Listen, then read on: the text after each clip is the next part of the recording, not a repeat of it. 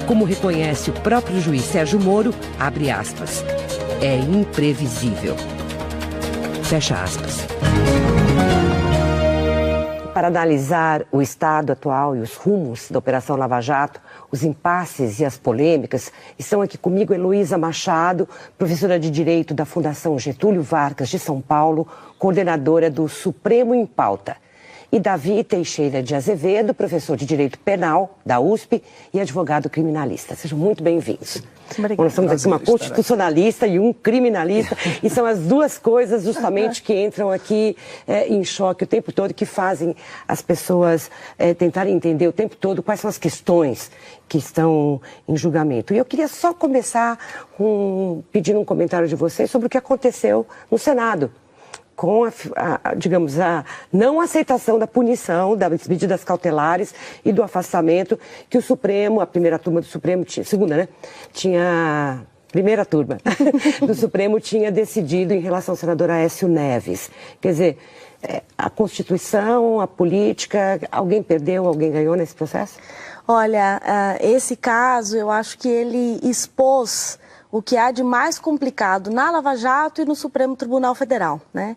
A Lava Jato tem se mostrado bastante frágil quando chega e tenta atingir o núcleo de grandes poderosos, de ministros, de senadores que ainda têm o mandato, né? E expõe a fragilidade do Supremo, que acaba se contradizendo em decisões anteriores que foram em outro sentido, né? Então a sessão de hoje do Senado, que de certa maneira só aconteceu porque o Supremo assim permitiu, não é? Deu essa vantagem para o Senado eventualmente afastar ele mesmo, o Aécio, acabou gerando aí uma queda de braço entre Supremo e Senado, onde o Senado pode sair enfraquecido na opinião pública, mas sai fortalecido frente ao Supremo. E o Supremo sai super desgastado depois de ter afastado o Eduardo Cunha do seu mandato sem nenhuma dessas garantias, e algo que é inconstitucional, que não existe previsão constitucional para isso, né? E após também o episódio do Delcídio. Então, eu acho que nessa confusão entre Supremo e Senado, o Supremo saiu perdendo e o Senado, ainda que a opinião pública não goste, fez o que queria fazer. Quando o Supremo sai perdendo é porque a Constituição também saiu perdendo, né? Eu sei que a sua área é penal, mas é o que sai em jogo, né? Eu acho que a Constituição saiu ganhando. Eu acho que o equilíbrio entre os poderes saiu ganhando. Eu acho que a divisão de poderes foi prestigiada. O artigo 53 da Constituição Federal diz que o senador só pode ser preso, portanto, uma medida cautelar. E na época da Constituição não existiam as outras medidas cautelares, tornozeleira, etc. O senador só pode ser preso, ou seja, só pode ter uma medida cautelar se houver flagrante delito de crime inafiançável. É isso que diz a Constituição. O crime é inafiançável? Não. Havia flagrante delito? Não. O Supremo poderia mandar prender ou dar qualquer outra medida restritiva? Não. O Supremo pode, no próprio artigo, o Senado pode, no próprio artigo 43, havendo denúncia criminal, ou seja, Aécio está sendo processado. Parar a ação, né? O Supremo pode, o Senado pode parar a ação. Ora, se o Senado, no equilíbrio entre poderes, pode parar uma ação penal, que é o principal, o Senado, claro, tem a última palavra a dar ao que é instrumental, que é uma medida cautelar. Mas então a gente chega aqui na Constituição de novo. A Lava Jato está provocando inovações além da conta? Está, e não só a Lava Jato, né? Quando a gente pensa nas maiores críticas à operação, que é o uso abusivo de prisões preventivas, o episódio das delações, a gente tem que levar em consideração que o judiciário brasileiro, em geral, é um judiciário que prende muito e prende mal. né, que condena mal. Então, nesse sentido, a Lava Jato não é em si algo extraordinário. Ela só é contaminada pelo que o judiciário já faz e que faz muito mal, que é prender provisoriamente muito e prender mal crime ao comum, final. No crime da rua, Exatamente, né? No crime da rua, nos pequenos traficantes, sobretudo, que fazem parte da maior massa de encarcerados, né? Então, se você for pensar por esse lado, a Lava Jato tem problemas que são comuns ali ao restante do Poder Judiciário, né? Mas não é porque ela tem problemas que também os avanços que foram obtidos têm que ser desconsiderados, né? Eu acho que a gente tem que separar e Não, acho que balanço é formidável desses 3 anos faz e parte meio, de um né? aprendizado institucional, inclusive em relação às colaborações premiadas, que na minha opinião são um bom instituto. A gente sempre reclamou muito que se prendia para não investigar, né? E as colaborações são uma maneira de conseguir uma instrução processual com menos violência. Como professor de penal, o senhor sabe muito bem que a maior queixa sociológica no Brasil é essa, de que se prendem os mais pobres, os que não conseguem ter boa defesa, e os poderosos de alguma maneira escapavam, seja pelos vários recursos, até o trânsito em julgado, que era uma coisa praticamente infinita, até o fato de que com boa defesa se consegue anular rapidamente processos mal feitos. Então, essas inovações não são necessárias para alcançar os mais poderosos, esse não seria um mérito da Lava Jato? Ou o fato de que se atropelou o devido processo legal vai contaminar, digamos, o nosso sistema jurídico? Eu acho que os poderes do Estado, os órgãos do Estado sofreram uma degradação. O que se quis e se quer com a Lava Jato, o que se está fazendo é uma espécie de degradação, uma espécie de socialização da miséria.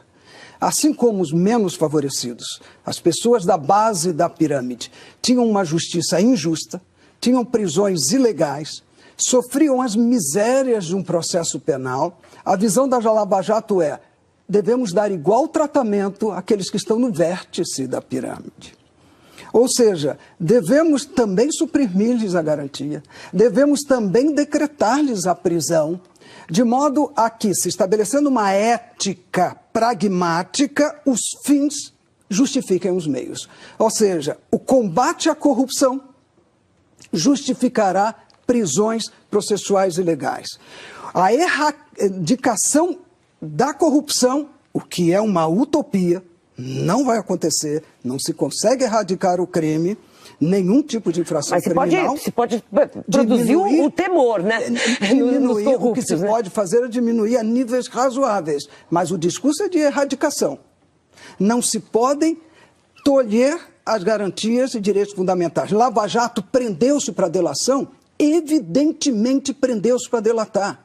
Depois de delatar, feita a delação, ou sabendo o Moro de que determinadas agentes que haviam tido a prisão preventiva decretada e busca e apreensão, iniciaram tratativas com o Ministério Público, o que fez ele revogou a prisão preventiva.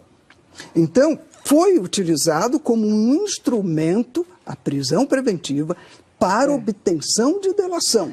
Mas o juiz Sérgio Moro sempre diz isso e repetiu na entrevista para o Gerson Camarote aqui da Globo News, que a imensa maioria desses colaboradores estavam em liberdade quando fecharam seus acordos. Então, que não seria verdade que a prisão pressionaria pela delação. Você concorda com isso? Porque essa é uma das principais críticas que a advocacia faz ao processo da Lava Jato em Curitiba, né? Olha, eu não tenho dúvidas de que houve abuso em relação às prisões preventivas, né? O que seria um caso de abuso? A gente pode considerar, por exemplo, a prisão, que não foi nem preventiva na época, do Manteiga, né? Que inclusive gerou um mal-estar enorme. Uma condição coercitiva, né? Foi uma condição, mas é um tipo de prisão, né? Foi uma condição coercitiva, estava no hospital, gerou aquele estresse todo, né? Você teve a prisão provisória, eu acho que a mais simbólica, que foi a do Marcelo Debrecht, né? Durando um período desarrazoado, né? Mais de ano, né? Foi mais de ano, Até né? a delação. Mas, ao mesmo tempo, existe a necessidade eventual, e aí tem que se analisar caso a caso, de se manter essas pessoas que são muito poderosas, com acesso a muitos recursos e que eventualmente estavam colaborando para a destruição de provas, sem acesso e sem meios de fazer isso, né? O que a gente tem que ver é, caso a caso, se houve um uso excessivo dessa prisão provisória, se os requisitos estavam presentes, se durou o tempo absolutamente necessário para impedir a frustração do processo e, como disse o professor, para também impedir que fosse uma barganha para que se atingisse a colaboração premiada, né? Então, a prisão provisória ela não é em si um problema.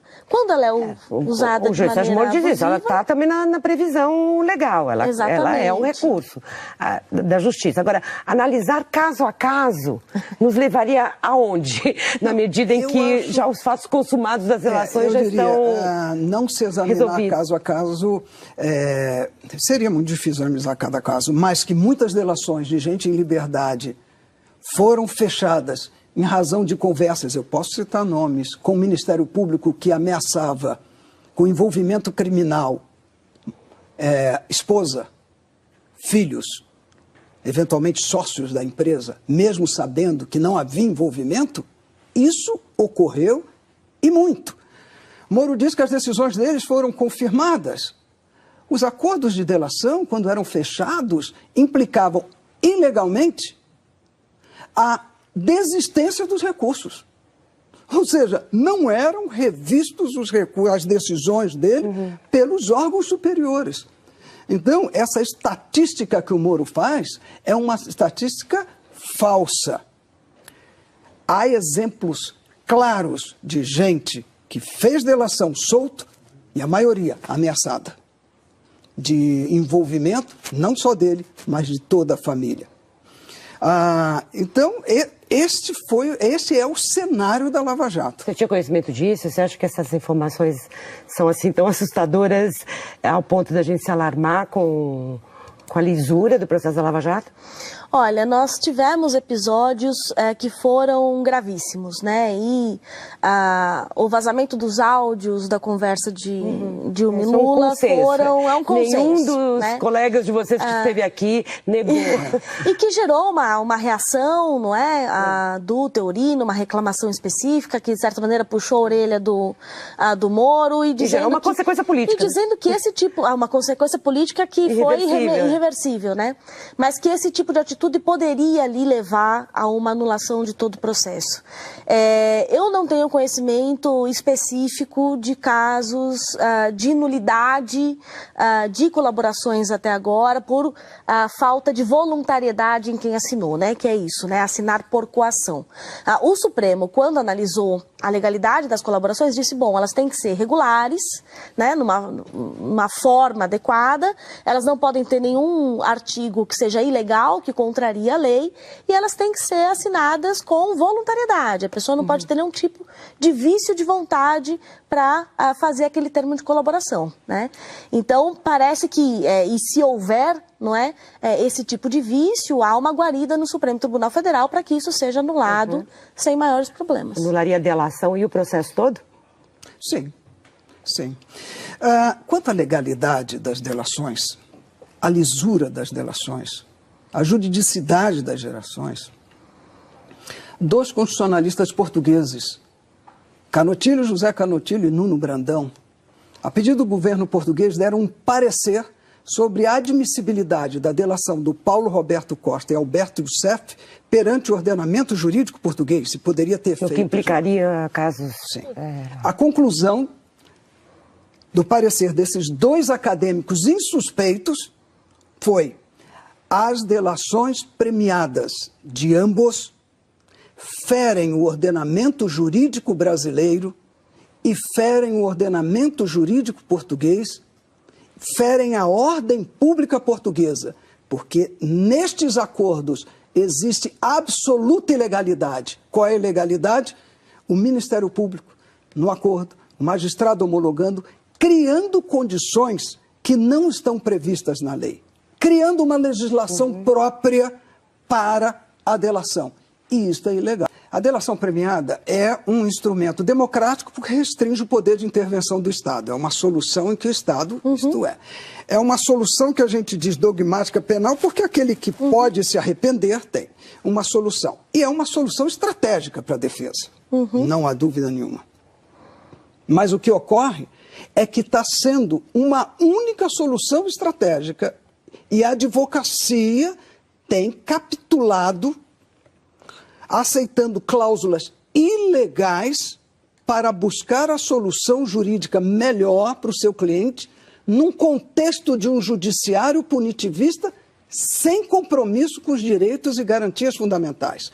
Agora, criticar o Ministério Público, o que o Janot e Marcelo Miller fez com relação ao JF e JBS, com os irmãos Joesley, em que industriaram uma gravação para atingir um presidente, em que celebraram um acordo de leniência ilegal. A lei 2.846 não atribui ao Ministério Público o poder de sentar à mesa e assinar um acordo de leniência. E fixando uma multa que seria de 0,1% a 20% do faturamento, 170 bilhões seria uma multa de 34 bilhões. Fixando uma multa de 11 bilhões, modesta, e pondo ali reparação de dano. Multa é assim, parei no local proibido, eu tenho que pagar a multa. Agora, se eu derrubei o poste de luz, eu tenho que indenizar o prejuízo. Eles puseram tudo num pacote e tiraram do BNDES, tiraram da Caixa Econômica Federal o poder de promover ação judicial. Isso é um absurdo que o Ministério Público fez. Professor, 3 anos e meio de uma operação capaz de atingir pessoas tão poderosas, setores empresariais tão enraizados na economia e na cultura política brasileira, certamente ia ter atropelos ao longo do processo. Acho que o que interessa para nós agora é saber se valeu a pena ou não ter atropelado o processo legal. Em função dos resultados. É isso que eu gostaria de ouvir de vocês. Quer dizer, o balanço até aqui é de que valeu a pena tudo isso que foi inventado, inovado com a Lava Jato e que perspectivas a gente tem para frente. A população brasileira continua confiando como confiava na Lava Jato? Daqui a pouquinho, depois do intervalo. 3 anos e meio depois da Operação Lava Jato estar nas ruas, nos corações, nas mentes, na mídia, nos debates jurídicos tão intensamente, eu pergunto para vocês, valeu a pena tudo o que aconteceu até aqui, apesar dos atropelamentos de dispositivos legais? E que perspectiva tem a Lava Jato até agora, na medida em que houve uma quebra de confiança da opinião pública depois do processo dos irmãos Joesley? Como é que vocês enxergam esse futuro próximo? Olha, nada com violação ao devido processo vale a pena, né? Então acho que não vale. Nem desmanchar um esquema corrupto. E assim, como advogada de direitos humanos que viu também muita gente torturada, não vale nunca a pena violar devido processo legal para se atingir um fim específico, né? Dá para afirmar que toda a Operação Lava Jato violou devido processo legal? Eu não tenho informação para dizer isso até agora, né? Todos os casos em que isso aconteceu devem ser revisados e anulados e reconsiderados, né? Mas a gente não pode misturar tudo, né? E na minha avaliação, a Operação Lava Jato conseguiu, da perspectiva, né, de expor as empresas e aquele grande esquema de cartel, isso foi extraordinário, né? Isso expôs, de fato, um mega esquema entre todas as construtoras, que, de certa maneira, drenou recursos, e recursos nossos, não é? E que violou a competição, violou a concorrência, violou contratos. A rigor, violou até o sistema eleitoral. Exatamente, né? E o segundo ponto positivo foi relacionar essa formação de cartel, essa corrupção, com o nosso sistema eleitoral, né? E aí a Lava Jato tem muitas dificuldades de fato conseguir chegar a termo nos processos contra os poderosos, e acho que a principal perda da Lava Jato foi, sem dúvida, a decisão do Tribunal Superior Eleitoral, quando no ápice da Lava Jato... Desomologar. Exatamente, né? Desconsiderar que havia esse fluxo enorme de dinheiro ilícito alimentando o nosso sistema. Professor Davi. Lembro Gelmir Betting.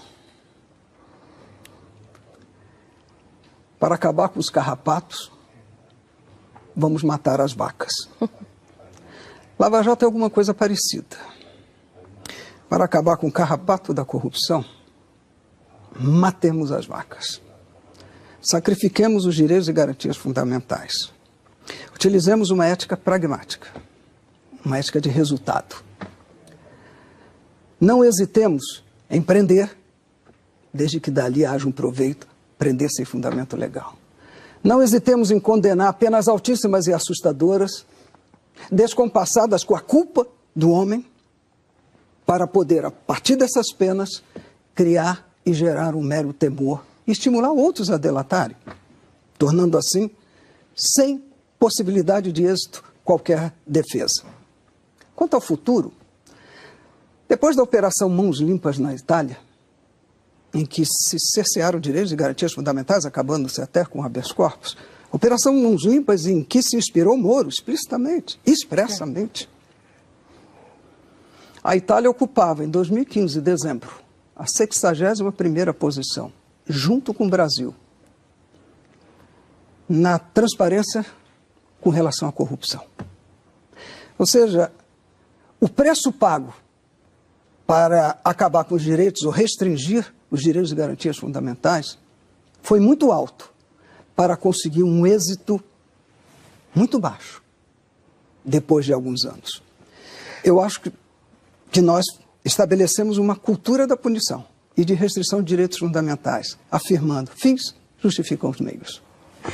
E nós estudaremos ainda a Lava Jato por muitos e muitos e muitos anos. Se é que um dia ela vai acabar, né? Tamanho é o esquema. Agradeço muito a disponibilidade de vocês de vir ao Entre Aspas e compartilhar aqui essas visões sobre a Lava Jato. Um prazer enorme.